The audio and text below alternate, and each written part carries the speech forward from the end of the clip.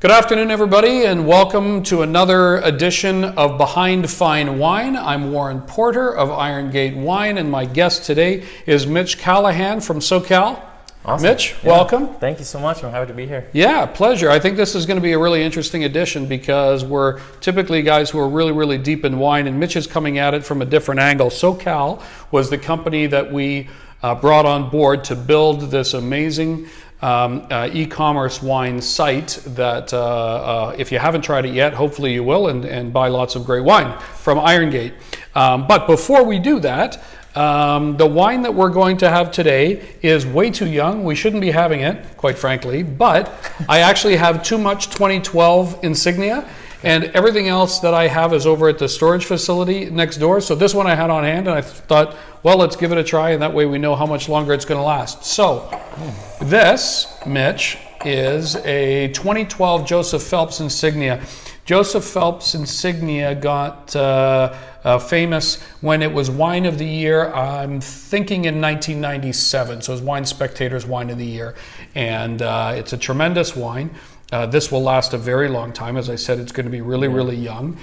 This one is primarily Cab Sauv, like about 70, it says actually on the back, 75% Cab Sauv. It's got about 15-20% Petit Verdot, and then a little dusting of Merlot in it just to kind of soften it up a little bit. So we'll give that guy a rip and see how it's...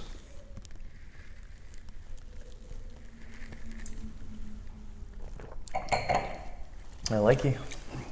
It's lovely. I won't drink too much, otherwise I'm going to do the whole podcast with bright red teeth. So as I mentioned at the top of this, we hired Saucal because I wanted to build a site, greenfield.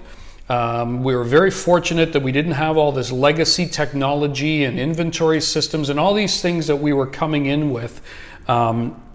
And I could build it with the experience that I believe that, knowledge of my wine collector clients over 14 years would want. I have a pretty good idea of our demographic. And so I built it, or I asked you guys to build it in a very particular way. So we're going to talk about that. But first off, explain Saucal to me. Yeah, so Saucal, we're a team of on-demand web developers, and we specialize in a very specific technology, which is WooCommerce. Okay, and that's the e-commerce platform that we run on. That's correct. Okay, it's an open source, very important distinction, open source, and we can get into that later, why that's important, but it's built on top of WordPress, which is the most popular content management system in the world today. Okay, yeah. So you guys are your typical customer is somebody coming to you saying, I'm looking for usually e-commerce? All e-commerce. Yeah. All e-commerce, everything you do is e-commerce. Yeah. And so they're selling, typically, were we your first wine entity?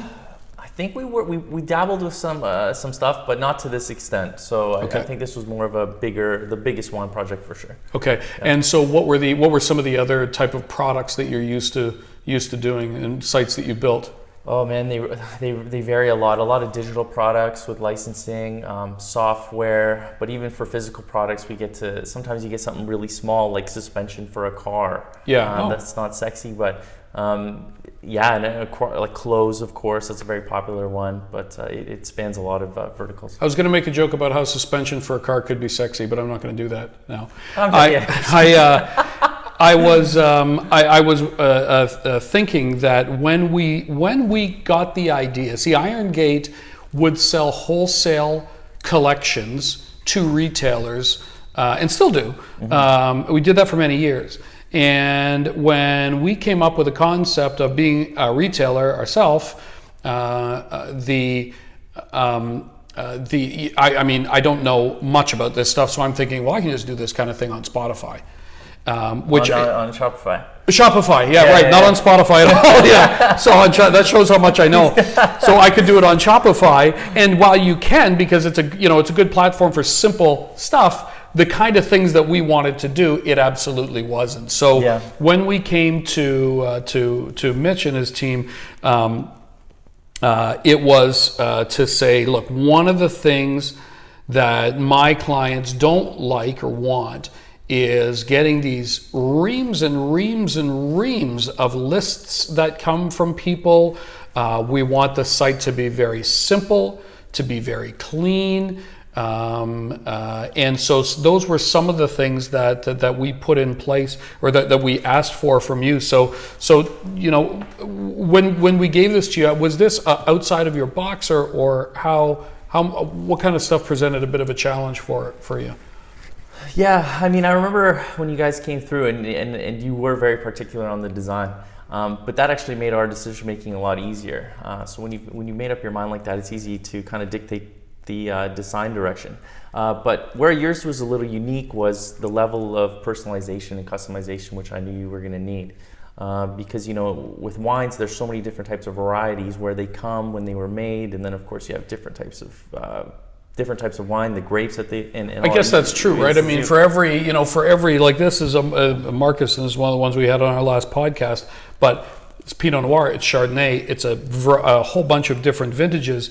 It is a bunch of different vineyards within that particular producer. So there's, you know, one seed, and then there's a whole bunch of stems that come from it, which make it a little bit more complicated than, you know, selling this corkscrew, right? So yeah, so for that, we had to really figure out, okay, how can we organize this data so that we can easily filter it? So when you're searching, you can really narrow it down and find that exact wine that you're looking for. And I guess the other thing that is very challenging inside of our business is that I might call, from an inventory perspective, a wine Latour, but if you just punch in Latour, it could be Louis Latour, Le Fort de Latour, Chateau Latour, CH Latour, Latour Grand Vin. Everybody puts it in a different way. So I think we used an Elwin database from LiveX in order to fill that in the back end, and allow people to almost kind of just put in a letter or two and say, it matches this, just trust me on this one. I remember it took a while to finally get it right, but yeah, we did ultimately. Yeah, that one was a challenge. Yeah. And so what do you think was, of all the different bits of personalization that wound up in the site now, what was the one that really became the biggest head scratcher, and why? Well, I think it was more, it was taking once we had the personalization, it was then taking that data and working with it. So actually being able to use it to come up with recommendations for your customers. Okay. So when you say come up with recommendations for it, meaning if you like this, then try this? Exactly. Ah, okay. Yeah. Interesting. Let's give this another rip while we take a break. We're not going to finish this, so you'll take this home and have it with your... My wife will love that. With a big steak tonight, because it needs a big steak. And my suggestion would be, don't cook that steak. A nice raw steak is going to be really good with this one. I've found now, now that we've, you know, completed most if not everything that we're looking to do. I mean, there's always things that we're going to be looking to continuously improve the experience for this site. But to me, it seems to be the most intelligent, user-friendly wine retail site on the web that I can find. So a real, you know, tip of the cap to you guys, because it's really something. So are you able to take that knowledge out now and help make my competitors super good, Mitch? Well, theoretically you could, yeah, but we have really tight exclusive relationships for the most part, so we wouldn't be doing that. Yeah. I, you know, the other thing that I saw, having spent a lot of time on wine retail sites, was the card transaction, particularly in today's world. And that also presented us with a bit of a challenge that you guys were able to solve. Yeah. So when I talk about the card issues, a big problem inside of not just wine particularly, but in a high value retail equation is fraud. And so you need to be able to balance negating or mitigating or negating that fraud with an enjoyable experience for the customer. And so what we were doing is, we started and we got hit. We got hit in a couple of occasions where, as a young company, somebody came in, they ordered it, and we couldn't figure out, why these were fraudulent. So we started looking at the idea of verified by Visa and 3D Secure. 3D Secure, is that what they're called? The whole bucket of them? Yeah. The problem with that we didn't like is, well, we're diminishing the experience by making people go out and subscribing to a Visa service that they may not have before. Yeah. It's easy once you have it, but after that doesn't. So, and it's relatively new, so it's very unfamiliar for people. And when they're shopping, like the last thing you want to do with online shopping today is add any sort of unfamiliarity. You know, you got to make it comfortable and something they've seen before. Yeah, and that drop rate we couldn't handle. And again, I think that, look, our demographic of clients, we don't sell bottles of Skinny Girl Rosé by the box, right? I mean, we're selling Insignia. We're selling wines that can be upwards of $10,000 a bottle. Yeah. And that particular clientele wants and demands a particular experience consistently.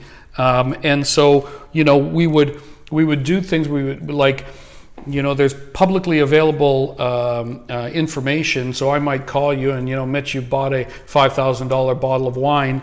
You know, I can quickly look up and see that you used to live on Johnson Street and ask you, what number of the street did you live on? And you'd go, what the hell?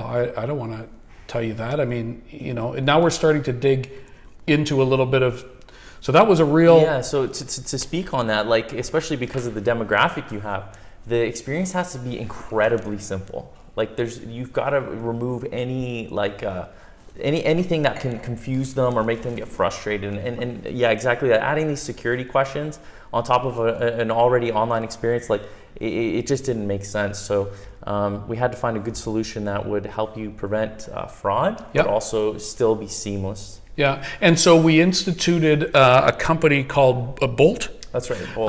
Only a week ago. And so not only are we getting 100% fraud protection with Bolt, which I'm very excited about, because I mean, I used to see orders come through and I would kind of go, geez, I hope it's a real order, because we'd get lots of them that just frankly weren't. And but then they also they have an instant buy thing. So talk to me a little bit about that and how you found Bolt, what they brought to the table, and what that technology is, because I understand it's pretty new. Yeah, Bolt is fairly new. So whenever you enter the payment space, I'm always a little bit skeptical, but they reached out to us. They needed some help with WooCommerce integration.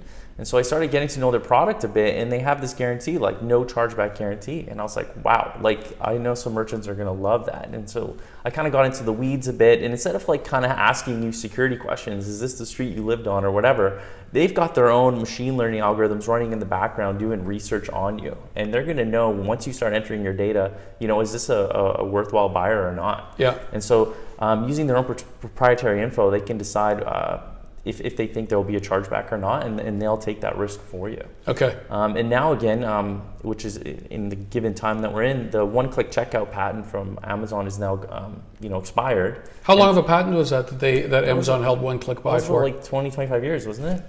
Really, that long? Quite a while, yeah. Oh, okay. Because that's how, like, I think when I was reading properly. I think the internet's been around 25 years, but either way, good for Jeff. These ideas, I mean, to me, patents are crazy. That's another a line of thought. But nonetheless, we now can leverage that across like our own platforms. So now on Irongate, we've got the one-click checkout fraud guarantee. I mean, it's great. Yeah.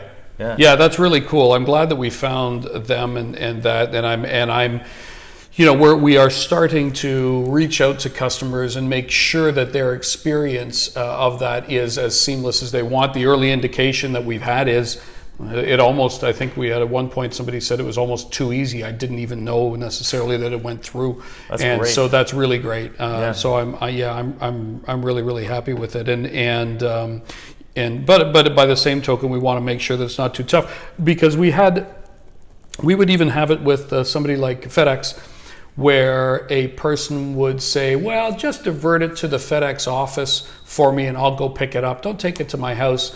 And then, they would go in, but FedEx would never check ID for it. Or if they did check ID, they actually just took your driver's license and went okay. But they didn't realize that that's either not Mitch or that's not the name that's on the package. Oh. And so that was becoming challenging again, particularly when you're talking about a $10,000 box of wine. Heck yeah. Yeah. So you also said, I'm going to circle it back a little bit to your company, because before the podcast, you and I started talking about remote working, because I really enjoy that. Toronto's a cold place, and in the wintertime, I hate being here. So, I spent this year working out of South America. But you guys are remote, or how do you operate, and where are your people? Yeah, we're a fully distributed team. When we started the company originally, we had tried to find locally, and it was kind of a struggle. So we just looked online, which is kind of where we're most comfortable. It's kind of where we live, and we just started looking for talent. And we started building these processes for working with people who aren't in the same room with us. And we're like, you know what, this works. So then we started hiring anywhere across the globe as long as they're within a reasonable time zone. So yeah, we've got people here in Canada, USA, Portugal, Poland, Argentina, Brazil. Really? Yeah, all around the globe. It's really cool. So though we do work from home, we do meet up once a year together. We have a big grand meetup. Oh, you do? We have small team meetups. Where do you do that? Varies. So, people span across the globe. Sometimes we got like visa issues we got to consider. Sure. So our first one was in the US, and then we had one last year in Portugal. And we'll be having another one in Portugal again just because some visa issues. But then we'll eventually look at doing Canada and maybe Greece and some cool spots like that. Sounds great. Yeah. Let me ask you, how did you wind up in this business? You're a young guy. Did you do this right out of, you found the company? Yeah. Okay. Yeah. And so you founded it based on what? And what was kind of the goal in setting up the company, and what are some of the projects that you really enjoy, and what are some of the projects that you go, ugh, I'd rather not do that? Well, we kind of landed on e-commerce for a lot of reasons. So I grew up in the north in Yellowknife, really isolated, cold, and so for me, like the internet was really important. It was my connection to the rest of the world. Okay. And so for me, it was really important. And the internet, 10, 15, even 20 years ago, it was quite a bit different. It was a lot more open, and I kind of see it going backwards a bit. Nonetheless, the internet was really important for me. So I've always kind of worked on it. I learned how to build websites since I was 11 years old. And I continue to work on it. So it's kind of my connection to the world. It lets me go anywhere I want, but I still have everything within reach. So for that reason, I really do love e-commerce, because it shrinks everything, and now I can be mobile and the world's always with me. Yeah. Yeah. And so the projects that by the way, how do people find you? Like how are companies finding you? Yeah. And when they find you, sorry, I wind up asking you a bunch of questions at the same time, but when companies find you, are they typically going, look, I don't like what I have, let's start something new, or fix what I have, or I have this new company like we have, and so here's a clean slate, do whatever you want. So what do you usually do? What do you like the best, and what is more of a challenge? It's a bit of both. Sometimes people come to us, they've had their site, they've been successful, they've grown, but now the site can't handle what the business needs. So we got to rebuild it, start from scratch. But we do get some new businesses, and they want to enter the foray. More often than not, they need to have a lot of other systems kind of figured out first before they can do that. So companies are usually a kind of more medium-sized when they come to us for that. But more often than not, I really like kind of businesses that are established. They've played around a bit already with e-commerce, so they understand the challenges, and they really appreciate what we bring to the table, because they've kind of gone through some of the challenges, and we're able to alleviate that for them and make it a lot easier. Okay. Yeah. Well, that's cool. Well, listen, as I mentioned to you when you came in, this is actually the first time you and I have met face to face. Even though we've been doing all this work for a long time, we're really, really happy with the work that you guys have done. We think you're terrific. We hope our clients feel the same way, because it's all about. I mean, I know where the wine's coming from. I know that my product is going to be good, because I go to an extensive effort to make sure that that's the case.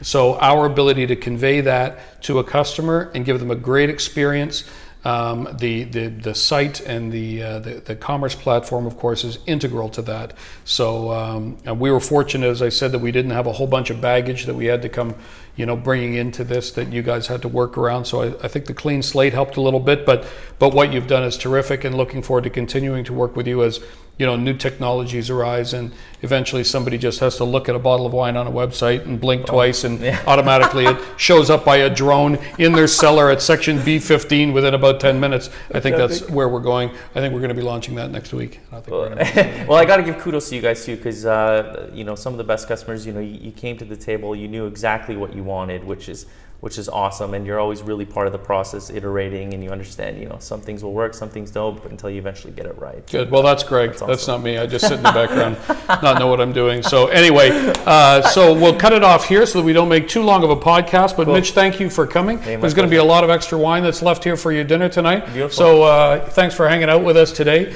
So on behalf of Irongate, I'm Warren Porter. By the way, what's your website so that companies can find you? Yeah, Saucal. That's SAUCAL.com. Okay, terrific. Terrific. Thank you, and we look forward to seeing you for our next episode.